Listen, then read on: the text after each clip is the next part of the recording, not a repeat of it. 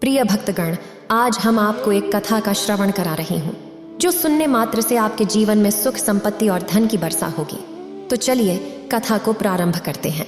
जय श्री कृष्णा, राधे राधे, गणेश भगवान की जय। मित्रों, आज भाद्रपद महीने की चतुर्थी है जिसे बहुला चौथ कहते हैं। इस दिन गायों की पूजा और बहुला चौथ की कहानी सुनने से धन और संतान के सुख मिलते हैं। श्री कृष्ण भगवान का आशीर्वाद भी मिलता है जिससे सारे सुख प्राप्त होते हैं। आज मैं आपको बहुला चौथ और चौथ माता की एक अनमोल कहानी सुना रहा हूँ। कृपया इसे ध्यान से सुने। अगर आप यह कहानी सुन रहे हैं तो पूरा सुनिए। इस कथा को आधा अधूरा छोड़कर जाने की गलती मत करिएगा, क्योंकि इस पवित्र कथा को पूरा सुनने से मन चाहा फल की प्राप्ति होगी। इसलिए इस कथा को पूरा सुने। आप शिव भक्त हैं तो भोलेनाथ का अनादर ना करें। द्वापर युग का जमाना था। उस समय भगवान श्री कृष्ण ने वासुदेव और देवकी के घर अवतार लिया और ब्रज में अनेक लीलाएं की। गौ माता कामधेनु के एक अंश से बहुला नामक गाय उत्पन्न हुई और वह नंद बाबा की गौशाला में रहकर उसकी शोभा बढ़ाने लगी। बालक श्री कृष्ण और बहुला का बहुत अच्छा रिश्ता था। बहुला के दूध की धाराएं श्री कृष्ण को देखते ही बहने लगती थीं और श्री कृष्ण उस दूध को पीते थे। एक दिन बहुला बहुलावन में घास खा रही थी। उसी समय श्री कृष्ण ने एक बाल लीला करने का मन बनाया और उन्होंने माया का उपयोग करके सिंह का रूप धारण किया। बहुला ने सिंह को देखकर डर गई और कांपने लगी। बहुला ने सिंह से कहा, हे जंगली राजा, मैंने अभी अपने बछड़े को दूध नहीं पिलाया है। वह मेरा इंतजार कर रहा होगा। कृपया मुझे जाने दो। मैं दूध पिलाकर तुम्हारे नजदीक लौट कर आऊंगी। उसके बाद तुम मुझे खा जाना। उस पर सिंह बोले, जो श्री कृष्ण थे, अगर मैं तुम्हें जाने दूं तो कैसे मन लूं कि तुम वापस आओगी। फिर बहुला ने अपने बछड़े की कसम खाई। तब सिंह ने उसे जाने दिया। बहुला गौशाला में जाकर अपने बछड़े को दूध पिलाया और फिर सिंह के पास वापस आई। उसे देखकर जो सिंह का रूप धारण किए हुए थे वो श्री कृष्ण निकले और बोले, बहुला, ये तुम्हारी परीक्षा थी और तुमने अपने कर्म और धर्म को खूब निभाया है। इससे अब तुम गौ माता के नाम से पहचानी जाओगी। बहुला ने भगवान श्री कृष्ण का आशीर्वाद पाया और खुशी खुशी अपने घर लौटकर बछड़े के साथ रहने लगी। बहुला चौथ व्रत का मूल उद्देश्य है कि इंसान को हमेशा सच्चाई और न्याय का पालन करना चाहिए। ऐसा करने से जीवन में सफलता मिलेगी, क्योंकि सत्य ही जीतता है। व्रत करने वालों को अपने धर्म का अनुसरण करना चाहिए और कभी भी अपने कर्तव्य से भटकना नहीं चाहिए। जय श्री कृष्ण, जय बहुला माता। चलिए मनोकामनाएं पूरी करने वाली चौथ माता की कथा सुनते हैं। कहा जाता है कि बहुला चतुर्थी के दिन चौथ माता और गणेश जी की कथा सुननी चाहिए। एक गांव में एक सेठ और उनकी पत्नी थी। उनके बेटा और एक बहू भी था। बहू सबको खाना बना के देती और बाद में खुद खाती थी। उनकी एक पड़ोसन हर दिन पूछती थी, बहू, आज क्या खाना बनाया है? वह कहती, आज मैंने अनेक प्रकार की स्वादिष्ट व्यंजन बनाई हूँ और पूरा परिवार मिलकर खाना खाया। फिर पड़ोसन ने पूछा, कुछ तुम ज्यादा तो नहीं कह रही हो? मैंने तुम्हारे पति को दिखा है खाना बनाते हुए। ये कहते हुए पड़ोसन वहां से चली जाती है। यह सब उसका पति देख रहा होता है। फिर पति ने सोचा कि आज खास खाना बनाऊंगा और देखूंगा मेरी पत्नी क्या कहती है। पति ने पत्नी से पूछा, तुम्हें कैसा लगा खाना? फिर पत्नी कहती है, बासी खाना था। तब पति कहता है, तुम हर बार ठंडा और बासी खाना क्यों कहती हो? हमने तो मिलकर ताज़ा खाना बनाया और खाना खाया है। पत्नी ने कहा, जो भी हम खा रहे हैं वो बुजुर्गों की कमाई से है। जिस दिन तुम कमाओगे उस दिन मैं समझूंगी कि मैं ताज़ा खाना खा रही हूँ। अब उसके पति को काफ़ी गुस्सा आया और वह अपनी माँ से कहा, अब मैं यह नहीं रहूँगा, मैं बड़े शहर में काम करने जा रहा हूँ। माँ ने कहा, बेटा, हमारे पास बहुत पैसा है, तुमको कमाने की ज़रूरत नहीं है। लेकिन बेटे ने खुद कमाने का ठोस फैसला कर लिया था। जाते वक्त उसने पत्नी से कहा, जब तक मैं पैसा कमा कर नहीं आता तुम चूल्हा चौका बंद मत करना। एक दिन चूल्हे की आग बुझ गई। पत्नी चिंतित हो गई, क्या मेरे पति को कुछ हुआ तो नहीं? वह घबरा गई। फिर सोचा, सब कुछ अच्छा ही होगा। बेकार की फालतू बातें मेरे मन में आती रहती है। फिर विचार किया कि आज पड़ोस से आग लेकर काम चला लेती हूँ। पड़ोसन चौथ माता की पूजा कर रही थी। वह बोली, थोड़ी देर में आकर आग ले लो। पड़ोसन ने कहा। फिर महिला ने पूछा, आप यह व्रत क्यों करते हो? पड़ोसन ने जवाब दिया, इससे धन और मनोकामना पूरी होती है। तब से उस महिला के मन में आया कि मैं भी चौथ माता की पूजा करूंगी और उनका दीवार पर चित्र बनाकर पूजा करूंगी। उस दिन वो बहु घी और गुड़ से चूरमा बना के चौथ माता का व्रत पूरा करती है और रात को चंद्रमा को पानी देकर खाना खाती है। ऐसा करके कई दिन हो गए। तब चौथ माता भक्त की प्रार्थना सुनी और उसके पति को चौथ माता ने सपना दिखाया कि तुम्हारी पत्नी तुम्हें बहुत याद कर रही है। तुम घर जाओ और उसकी चिंता दूर करो। तुम दुकान खोलना बाद में, तुम घर जाओ, सब कुछ ठीक हो जाएगा। पति ने सोचा कि माताजी ने जो कहा है वो करना चाहिए। उसने तैयारी की और बहुत सा पैसा लेकर घर की ओर बढ़ा। रास्ते में एक बड़ा काला सांप उसका रास्ता रोका और बोला, आज मैं तुम्हें काट लूंगा, तुम्हारी उम्र पूरी हो चुकी है। लेकिन पति ने सांप से कहा, चौथ माता ने मुझे सपना दिखाया है और मैं अपनी पत्नी से मिलने जा रहा हूँ।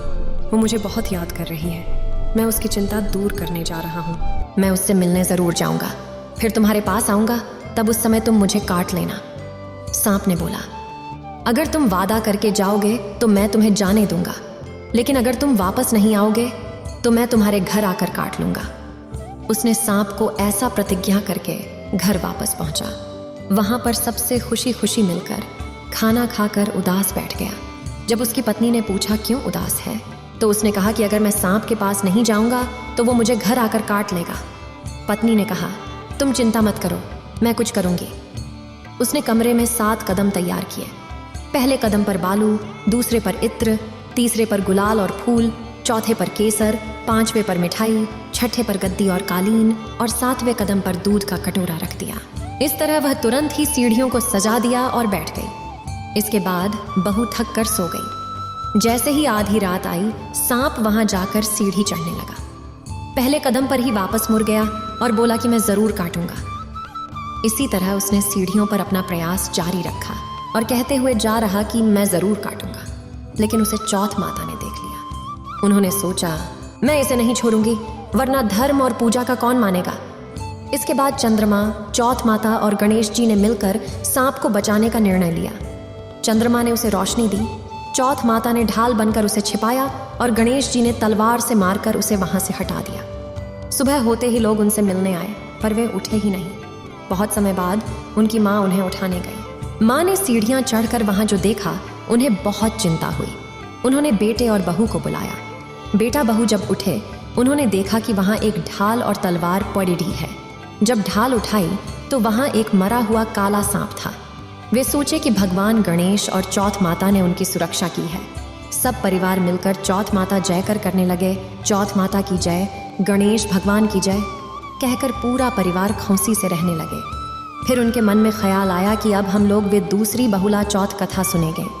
जो इस कथा के अनुसार पार्वती जी ने गणेश जी से पूछा कि भादो महीने की कृष्ण चतुर्थी को संकट नाशक चतुर्थी क्यों कहते हैं और उस दिन व्रत कैसे किया जाता है। माँ ने सीढ़ियाँ चढ़कर वहां जो देखा, उन्हें बहुत चिंता हुई। उन्होंने बेटे और बहू को बुलाया। बेटा बहू जब उठे, उन्होंने देखा कि वहां एक ढाल और तलवार पड़ी है। जब ढाल उठाई तो वहां एक मरा हुआ काला सांप था। वे सोचे कि भगवान गणेश और चौथ माता ने उनकी सुरक्षा की है, जैसे उन्होंने सेठ के बेटे बहू की थी। चौथ माता की जय, गणेश भगवान की जय कहकर वे दूसरी बहुला चौथ कथा सुनने लगे। इस कथा के अनुसार पार्वती जी ने गणेश जी से पूछा कि भादो महीने की कृष्ण चतुर्थी को संकट नाशक चतुर्थी क्यों कहते हैं और उस दिन व्रत कैसे किया जाता है। तो चलिए अब इस कथा को जानते हैं। तो प्रिय भक्तगण, श्री कृष्ण ने कहा कि हे युधिष्ठिर, इसे सुनो। एक बार की बात है, जब माता पार्वती जी ने जब एक सवाल गणेश जी से किया, तो बुद्धिमान गणेश जी ने क्या जवाब दिया, वो मैं आपको सुनाता हूँ। श्री गणेश जी बोले कि माँ, राजा नल को कई बड़ी मुश्किलें आई। उनके हाथी और घोड़े चोरी हो गए, उनका खजाना लूट लिया गया और उनकी संपत्ति में आग लगकर और जलकर राख हो गई। उनके मंत्री भी उनका साथ छोड़ दिए। राजा नल ने जुआ में सब कुछ हार गया और उनकी राजधानी भी उनसे छीन गई। पूरी तरह से निराश और अकेले होकर वो जंगल में चले गए। जंगल में उन्होंने अपनी पत्नी दमयंती के साथ छूट गया और दोनों ने कई कठिनाइयां का सामना किया। फिर भी उनका और उनकी पत्नी का मिलन हो गया। इसके बाद राजा और रानी ने सोचा कि हम लोग दोनों अलग अलग शहर में जाकर रहेंगे। फिर राजा किसी शहर में कोई काम करने लगे, रानी अलग शहर में रहने लगी और राजकुमार भी कहीं और काम करने लगा। एक समय था कि पहले राजा, रानी और राजकुमार कहलाते थे। वे अलग अलग जगह काम करते और अपने कर्मों का फल भोग रहे थे। इसी तरह अब उन्होंने भिक्षा मांगना शुरू कर दिया। शहर, गांव और जंगलों में भटकते रहते थे। एक दिन दमयंती जंगल में भटकते हुए महर्षि सरभंग से मिली। उसने उनके पैरों को छूकर प्रणाम की और प्रश्न किया, महर्षि, क्या मैं अपने पति से फिर मिल पाऊंगी?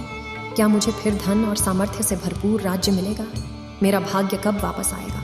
कृपया बताइए। सरभंग मुनि ने उत्तर दिया, हे दमयंती, मैं तुम इतनी नादान हो कि तुम्हें पता ही नहीं कि तुम किस कर्मों की सजा भुगत रही हो। तो चलो मैं तुम्हें बताता हूँ, इसे ध्यान से सुनो।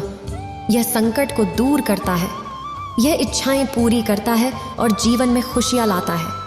भादों के महीने की कृष्ण चतुर्थी को संकट हरने वाली मानी जाती है।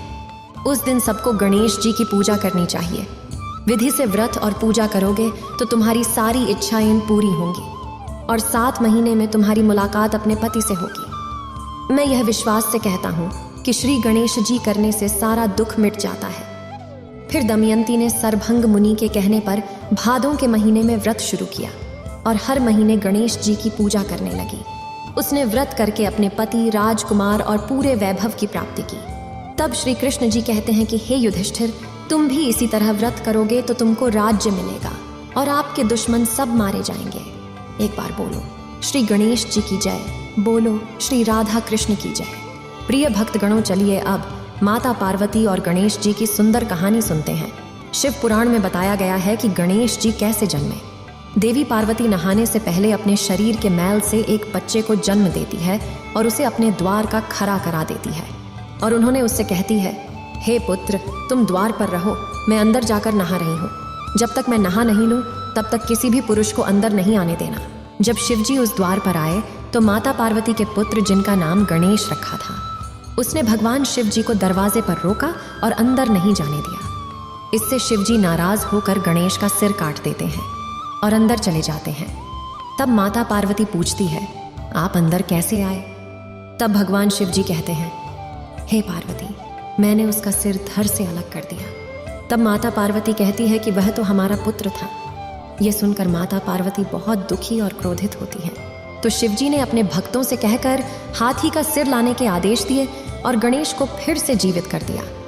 पार्वती खुश होकर गणेश को अपनी गोदी में ले लेती हैं और उन्हें सबसे श्रेष्ठ देवता बनाने का वरदान देती हैं।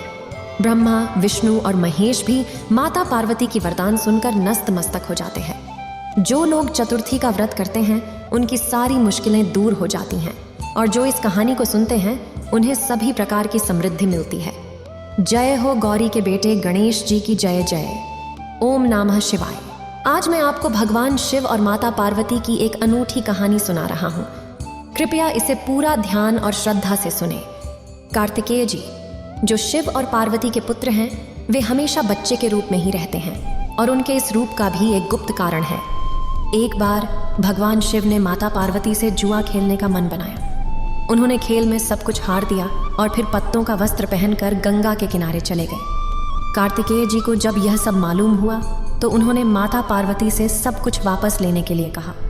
इस बार माता पार्वती जी ने खेल में हारा और कार्तिकेय जी ने सारी चीजें लेकर वापस आ गए। माता पार्वती जी भी इसे लेकर परेशान हो गए। सारा सामान चला गया और पति भी दूर हो गए। पार्वती ने अपने बेटे गणेश को अपनी दुख की कहानी सुनाई। गणेश, जो अपनी माँ से बहुत प्यार करते हैं, खुद शंकर जी के पास जाकर जुआ खेले। वे जीतकर वापस आए और माता पार्वती को खुशखबरी सुनाई। पार्वती ने कहा कि उन्हें अपने पति को भी साथ लाना चाहिए था। गणेश फिर से अपने पिता भोलेनाथ की तलाश में निकले।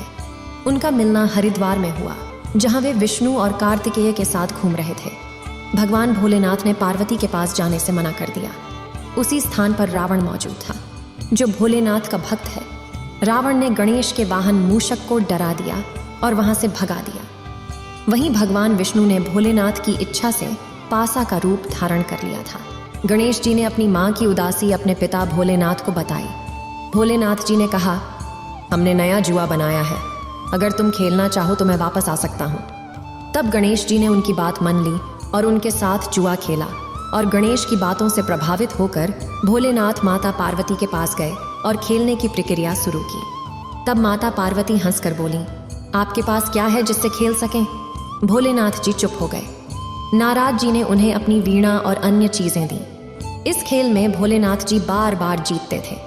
गणेश जी ने समझा और उन्होंने माता पार्वती को भगवान विष्णु के रूप का राज बता दिया। माता पार्वती गुस्से में आ गई और उन्होंने भगवान शिव से बोली, हे प्राणनाथ, आपके सिर पर गंगा का वास रहेगा। उन्हें ने श्राप दिया और नारद जी को भी श्राप दिया कि वे कभी भी एक जगह नहीं ठहरेंगे।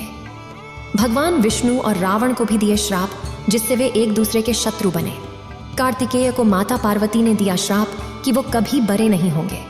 सबका मन उदास हो गया, लेकिन नारद जी ने माता पार्वती को मना लिया। माता पार्वती ने उनसे वरदान मांगने का आदेश दिया। नारद जी ने कहा, मैं तभी वरदान मांगूंगा जब आप सबको वरदान देंगी। माता पार्वती मान गई। भगवान शंकर ने वरदान मांगा कि जो कार्तिक शुक्ल के दिन जुए में जीतते हैं वे पूरे साल सफल रहेंगे। भगवान विष्णु जी ने अपने प्रत्येक छोटे बड़े कार्य में सफलता का वर मांगा, लेकिन कार्तिकेय जी ने हमेशा बच्चा बने रहने की प्रार्थना की और बोले, मुझे भौतिक इच्छाओं से दूर रखो और मैं हमेशा भगवान की याद में रहूं।